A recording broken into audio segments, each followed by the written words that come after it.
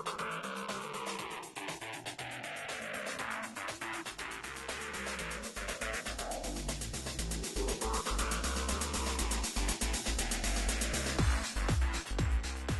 right, so my presentation is called Kim Kardashian Helped Save My Life. As you can see, I told her I could be her Aladdin, but she said she wasn't my Jasmine. So she kind of broke my heart, but we'll talk about her more later.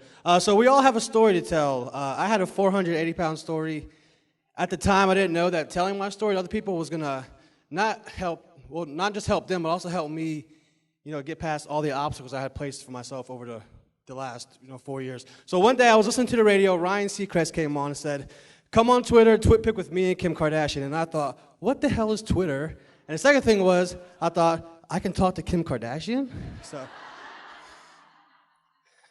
So I went and signed up for Twitter. I made this account. This was my first ever account, Aladdin80. It's still a live account, and I promise you I don't catfish people from this account anymore.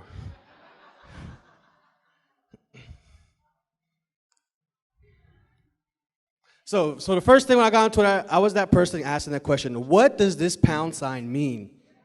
I could not for the life of me figure out what it meant, why people were using it.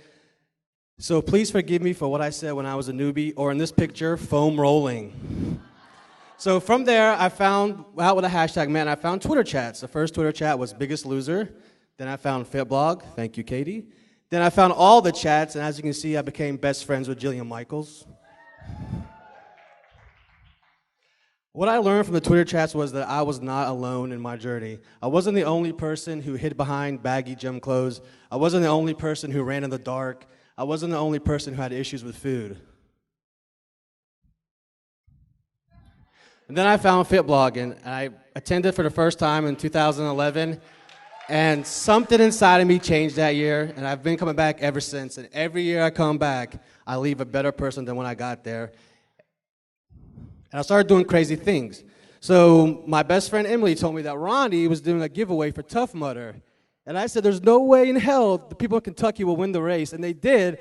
And I told her if they did win, I would sign up. And this is the email from M telling me basically they won. And I said, SOB, I got to sign up. So I signed up for a Tough Mudder. It was 12 miles and 8 hours of hell. But I would have never made it without Ronnie and Jimmy. If you don't know Ronnie, she's a beast. She really is. And then last year I was volunteering at a 70.3 Ironman, and I left there saying I want to do that, so I became a triathlete.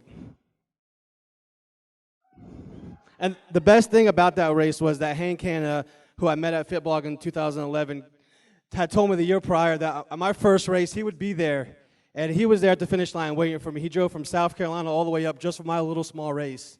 And it was a pretty awesome feeling. And then last year at Ignite in Portland, I was sitting in here listening to Danielle from T-Rex Runner talk about running and having fun. And I said, I want to do that. I want to be the little dinosaur that could. So I did. This was 13.1 miles, hilly miles. I felt every pound, I felt every step, but I loved every single minute of it. I had a great time, and I had just like Superman. Along the way, I ran with friends. Amy Burford, who promised me in 2011 if I ever ran a half marathon, she would show up. She came down. Monica Bang, she was there. And then I met these two bunnies, and the only reason I took a picture with them was because they kept me going for the last 3 miles. So basically, my life has transformed in the last 3 to 4 years. I became the athlete I always wanted to be, and the biggest thing I've learned so far is that my weight does not define me. It doesn't define you. It doesn't define anybody. And one of the best things about this whole journey is seeing that the changes I've made in my life has trickled down to my family. My mom has become an avid gym goer. She goes 4 days a week. She does yoga, Pilates. She lifts weights. My uncle became a triathlete with me. My family does races. And as for Kim Kardashian, she never tweeted me back.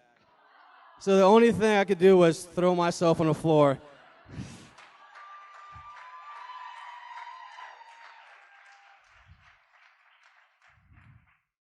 So when I was thinking of a way to summarize how Fitblogging makes me feel, I think Pharrell said it best.